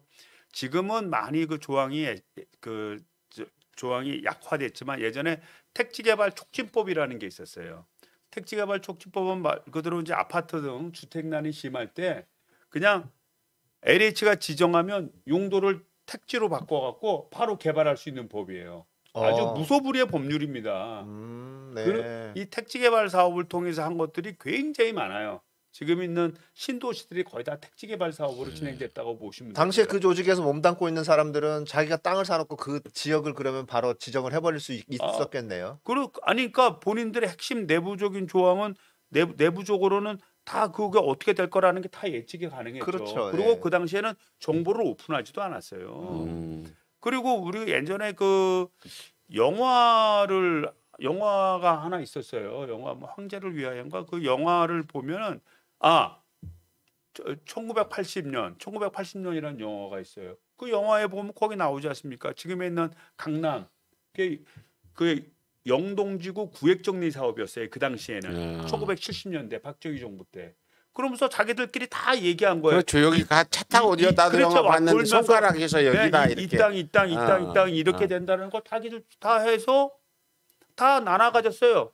땅 나눠서 땅을 샀는데 개발이 늦어지니까 재산세를 또 다 면제시켜 줬어. 그 땅값이 안 오르니까 서울고등학교 이전하고 뭐 경기고등학교 이전하고 용산고등학교 이전해서 학교 다 굴로 이전했어. 또 안 되니까 여러 가지 특혜를 줘가면서 그거를 결국 땅값을 10,000배를 올렸다는 거예요. 그래서 거기에 온 사람들이 뭐 다 그랬다는 게 아니라 그 영화에서 보듯이 이런 개발과 관련된 고급 정보를 통해서 투기해 왔던 것은 과거에도 분명한 그 사례가 있고 그것이 그 맥락을 가지고 온 것이고 오히려 문재인 정부에서 이게 밝혀질 수 있었던 것은 그만큼 문재인 정부가 이런 문제에서 깨끗했기 때문에 이런 문제가 터져나오고 어떤 제보자도 있게 되고 그거에 대해서 참여연대에서 그 제보를 통해서 또 이렇게 발표도 할 수 있었게 된 겁니다. 그래서 지금은 우리가 계속 깨끗해가는 과정에 있다 이렇게 보시면 되고 우리 국민 여러분들 입장에서는 이번을 통해서 이제 여야가 지금 합의 중에 있지 않습니까? 여야가 합의 중에 있는데 뭐 국회의원들부터 사회 지도자부터 다 까서 잘못된 사람은 이제 문제를 삼고 하자 이렇게 진행됨으로 해서 새롭게 깨끗해지는 또 계기를 만들었다고 봅니다. 뭐 이 LH 투기는 어제 오늘 일이 아니고 오히려 문재인 정부 들어와서 나는 더 심해지진 않았을 거라고 보고 이렇게 또 밝혀지는 것도 다행이다. 뭐 여기에 대해서 지금 상당히 많은 국민들이 분노하는데 이런 계기로 다시 이런 그 어떤 땅 투기가 사라지는 그런 계기가 됐으면 좋겠다. 아니 제가 이제 네, 한번 그렇죠. 이제 말씀드리고자 하는 건 이제 그런 겁니다. 이게 이제 예를 들자면 뭐 권력형 비리라든지 예를 들자면 뭐 국정농단이라든지, 측근 네. 측근 세력이라든지 뭐 청와대 중심 세력이라든지 또는 뭐 여당 내 핵심 세력이 뭐 이렇게 해서 이런 거는 진짜 이거 대통령이 사과하고 큰 문제가 그렇죠. 이건 네. 되는 것이고요. 지금 얘기하는 것은 대부분 거기에 있는 직원들, 일반 공무원들, 공무원에 준하는 사람들이에요. 예. 일반인에 준하는 사람의 문제가 터진 겁니다. 이게 예전 같으면요. 예전 같으면 아이 뭐 일반 국민들은 거 알아서 우리가 알아서 다 사정해서 다 정리할게라고 끝날 문제지. 이렇게 대통령이 직접 나와서 사과도 하고 이 문제는 발본색원하겠다라고 얘기한 사례들이 없어요. 이번에 이렇게 된 것은 본인의 마치 과거부터 내려오긴 했지만 본인의 잘못이라고 스스로 자인하고 이 문제를 철저히 해서 우리나라를 한 단계 더 업그레이드 하겠다는 뜻 아니겠습니까? 예, 뭐 지금 국민들이 이제 굉장히 LH 관련 사건에 대해서 궁금해하는 건 국회 전수조사 등등 뭐 국정감사, 특검 등등이 있는데 저도 잘 모르겠어요. 어떻게 흘러가고 있는지 선거 때문에 그런 보도들이 잘 안 나오는데 좀 어떻게 진행되고 있는지 좀 말씀해 주시죠. 그래서 이제 특검은 이제 해당 조사하는 검사를 임명하는 거 아니겠어요? 예. 해당되는 특별 검사를 임명해서 조사를 하는 건데 조금 좀 이견이 있어요. 여야가 합의는 네. 하긴 했나요? 하기로는.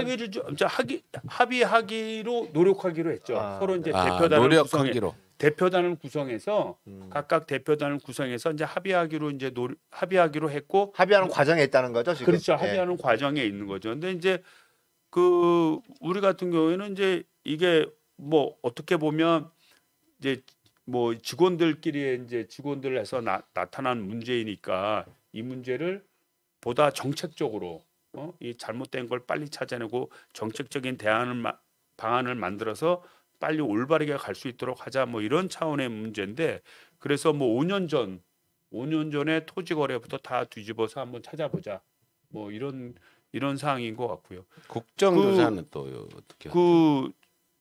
요거만 좀 마저 네. 얘기하고 국민의힘당 같은 경우에는 뭐 활동 기간을 1년 이상 뭐 이렇게 하자.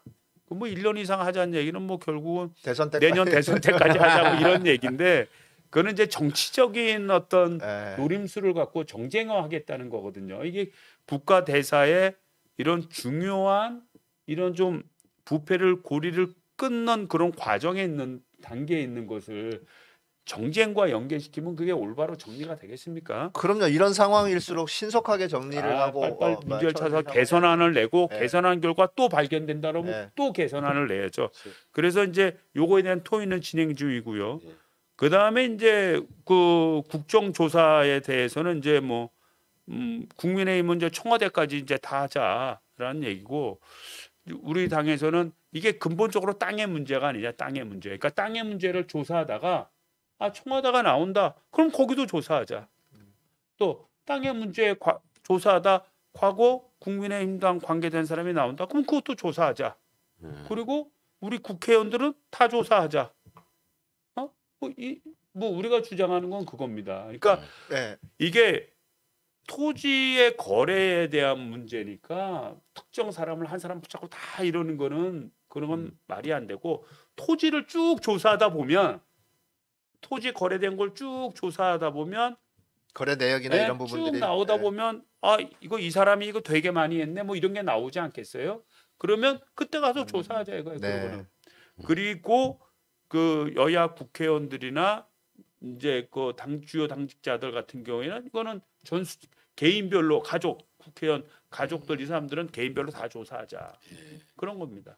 그래서 이것도 이제 이게 또 이제 사실은 국정조사를 하면 결국 이 여야가 이제 뭐 숫자를 맞춰 갖고 이제 특위를 구성하지 않습니까? 네네. 국정조사 특위를 구성하면 이제 또 이게 이제 제대로 딱 가면 좋은데 이게 또 정쟁화 될까 이제 그게 걱정이에요. 뭐 정쟁화 되지. 지금 국민의힘은 모든 사안들을 정쟁화 시키는 데 혈안이 있다. 이렇게 저는 보이고 있습니다. 그 네. 아까 이제 우리 초신님 얘기했지만 이제 오늘부터 이제 65세 네. 이상 되신 분의 백신 접종이 이제 시작이 됩니다. 아, 문재인 대통령도 오전에 맞았고요. 예. 그런데 지금 이제 이번에 접종하는 게 이제 아스트라제네카거든요. 그 아스트라제네카가 이제 그 독일에서 한 그 언론사에서 잘못 발표를 한 거예요. 그 어떻게 좀 모집단이 적은 거를 효과가 없는 것처럼 잘못 발표를 해서 독일 정부에서 그게 아니다라고 해명까지 했어요. 그리고 어젠가 그제는 미국 정부에서도 아스트라제네카가 효과가 있다라는 거를 임상실험 분명히 예. 결과를 발표를 했습니다. 네, 임상실험 결과 발표했는데 언론에서 하나도 실어주질 않았어요. 발표를 했어요. 그럼에도 불구하고 일부 언론하고 국민의힘당에서는 아니 그러니까 이분들은 도대체 우리가 방역을 잘하면 배 아파 하시는 것 같아. 그건 사실이라니까요. 코로나를 극복하면은 뭐가 뭐 이렇게 얽힌 게 계신 것 같아. 그러다 보니까 대통령이 제일 먼저 맞으신 거예요. 65세 이상이 대상이 되시니까. 지금 국진당에서 하는 얘기들은 뭐냐면요. 전 국민이 다 코로나 걸려가지고 빨리 죽었으면 하는 걸 바라는 것 같은 우리 느낌이에요. 의원님도 오히려. 오셨는데 그렇게 막말하면 안 돼. 아니 그러니까 제가 얘기한 거니까 괜찮아요. 아, 내가 지금 네. 우리 의원님 오시면 의원들 오면 내가 굉장히 언어를 순화하죠. 존칭도 붙여주고. 그래서 사실은 이제 이런 국정조사라 될지 특검이 될지 이런 문제를 자기의 정치적인 이정표로 삼지 아니하고 그냥 팩트는 팩트대로 네. 문제는 문제대로 개선은 개선대로 딱딱딱 정리해서 풀고 나가야 그래야 국민들이 볼 때 우리 정치권도 인정을 받고 그리고 국민의힘당도 인정을 받고 새로운 길을 갈 수가 있는 겁니다. 이제 네? 방송 진짜 방송 이제 시작인데요. 이제 국뽕을 쫙 잠깐 마지막으로 얘기했는데 지금 코로나 대응 평가 4개 지표도 세계 1위고 등등 이제 국뽕 방송을 지금부터 한번 해보죠. 국뽕 방송 좀 해주세요. 아니 그러니까 코로나19 그 대응 평가가 4개 지표에서 세계 1위가 나왔다는 거예요. 4개 그러니까 지표가. 6개 가지고 이제 평가를 한 겁니다. 네. 그런데 이게 참 의미가 있어요. 그래서 그 독일 유료 언론지 디 차이트라는 데서 11일 날 발표를 했습니다. 그런데 이분들은 어떻게 했냐면 경제 문제와 그 코로나 확산 문제를 같이 접목시켜서 조사를 한 거예요. 네. 예를 들자면 이런 겁니다. 완전 봉쇄시켜 못 움직이게 만들어. 그러면 코로나 잡을 수 있잖아요. 그렇죠. 근데 경제는 또 근데 돌아가지 않고. 경제는 뭐 실업률이라든지 또는 그 사람들 일을 못 하니까 또 정부 재원으로 또 지급해야 될 거 아니에요. 네. 그런 소의 재정 적자라든지 이런 것은 어떻게 보면 쌍무적인 서로 역학관계에 있습니다. 그래서 가장 이상적인 거는 국민들한테 그런 활동이나 여러 가지 죄악을 최소화하면서도 경제 활동이 가능하도록 만들어주면서도 그러면서도 코로나를 극복하는 게 굉장히 의미가 있다는 거예요. 그냥 이게 뭐 코로나 확진자 수를 무조건적으로 줄이는 것만이 능사는 아니다. 경제를 더 크게 예상하면 문제가 되고 최근에 대공황론을 쓴 제임스 리카즈라는 그런 학자는 이 코로나19로서 막 이게 셧다운 해갖고 말이야. 한 국가들일수록 경제적 후유증이 굉장히 클 거라고 하는 경고를 날린 부분도 있습니다. 그래서 이 신문사에서는 6가지인데요. 인구 10만 명당 코로나19 사망자, 그 다음에 신규 확진자, 또 백신 접종자, 실업자, 지난해 국가 채무 증가율, 그다음에 경제 성장률의 타격 정도 이 6가지를 한 결과 4개 지표에서 우리나라 대한민국이 1등을 하고 전체 다 1등을 한 거예요. 전체 6개 항목 평가에 1등을 한 겁니다.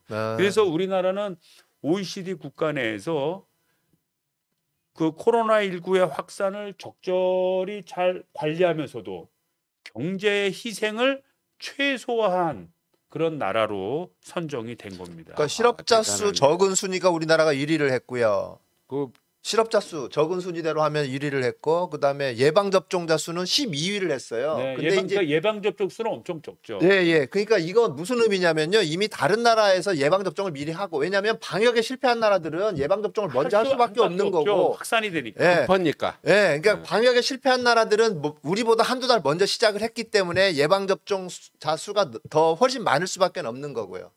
자, 그다음에 우리나라가 신규 확진자 수가 적은 순으로 세계 2위예요. 그 호주 다음으로. 그다음에 사망자 수. 사망 1위고요. 그럼 네, 제일 사망자 적었죠. 수 적은 순으로 해서 이 10만 명당 1위고요. 경제 성장률이 또 1위고요. 그다음에 국가 채무 증가율도 1위예요. 예.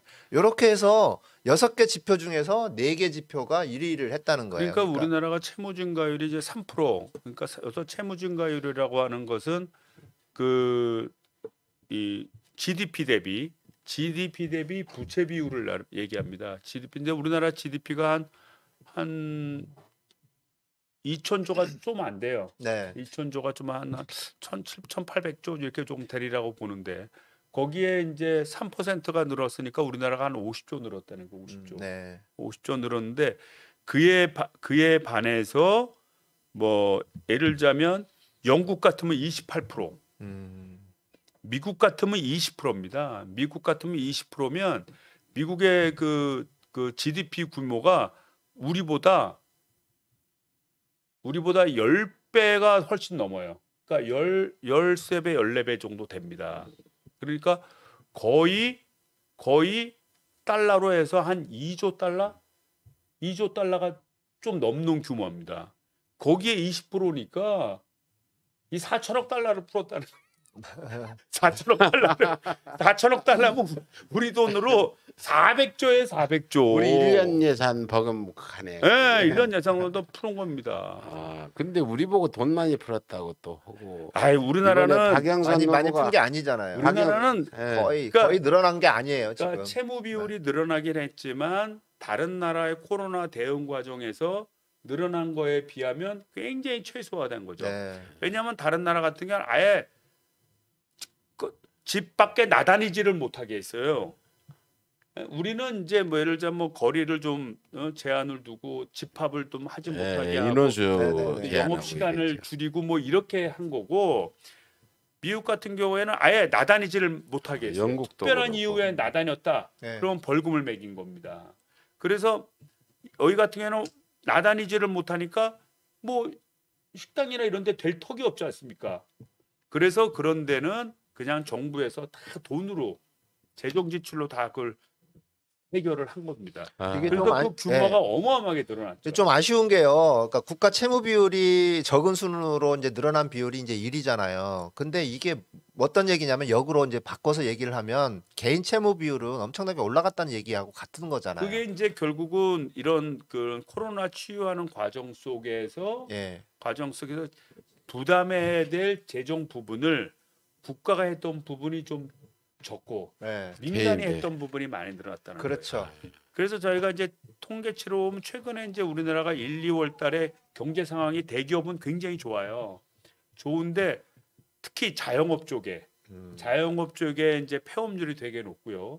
그다음에 예전에 그 종업원을 두고 있던 자영업에서 종업을 두지 않는 자영업으로 많이 전환됐습니다. 그러니까 종업원을 두는 자영업이 비율이 뭐 한 15% 정도 감소했다고 한다면 종업원을 두지 않는 자가 혼자 하는 자영업은 한 15%가 늘었어요.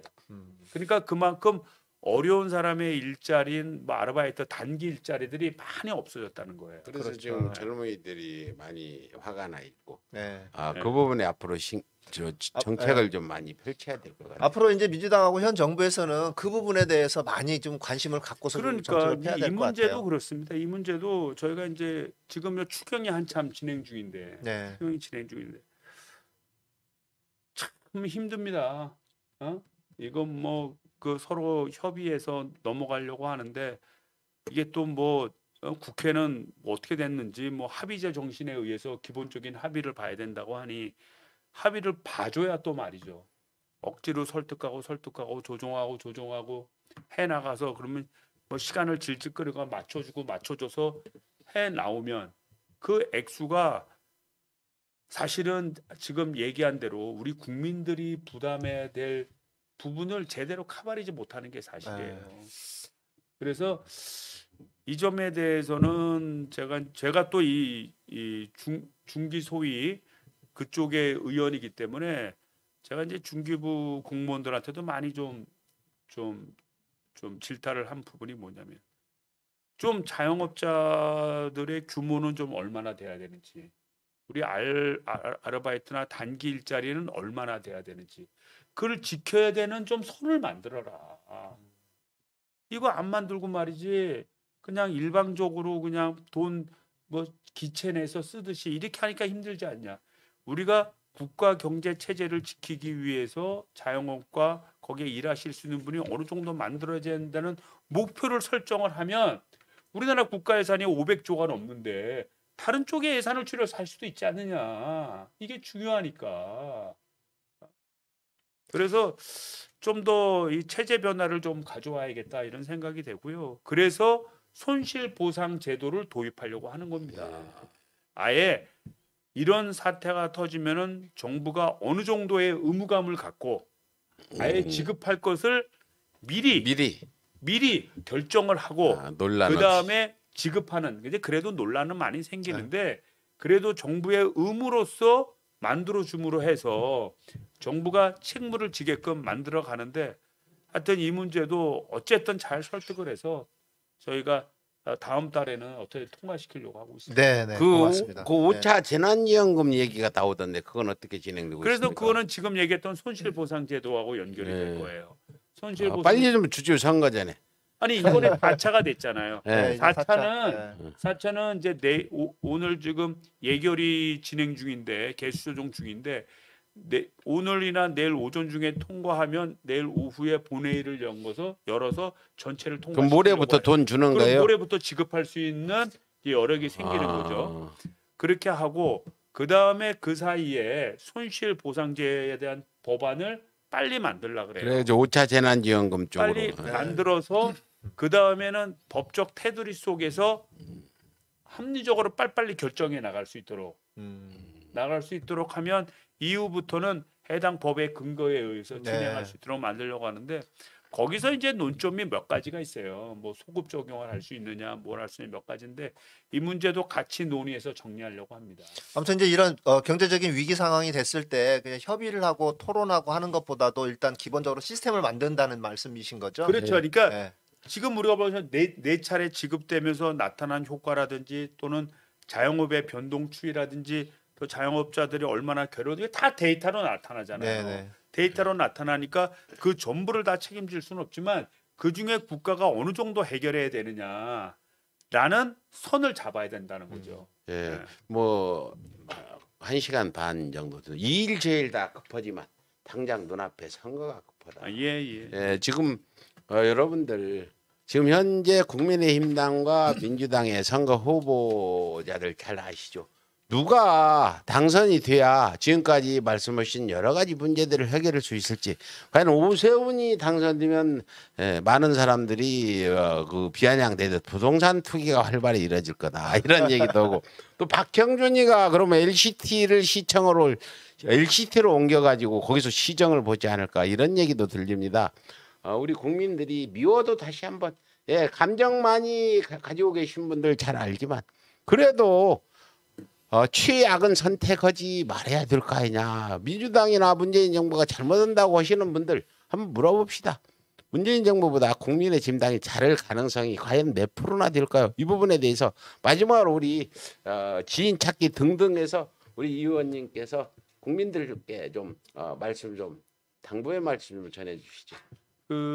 지금 우리 민주당이 사실 주류 정당으로 이렇게 해올 수 있었던 것은 우리 서울 시민들의 현명한 선택이 중심이 됐었고요.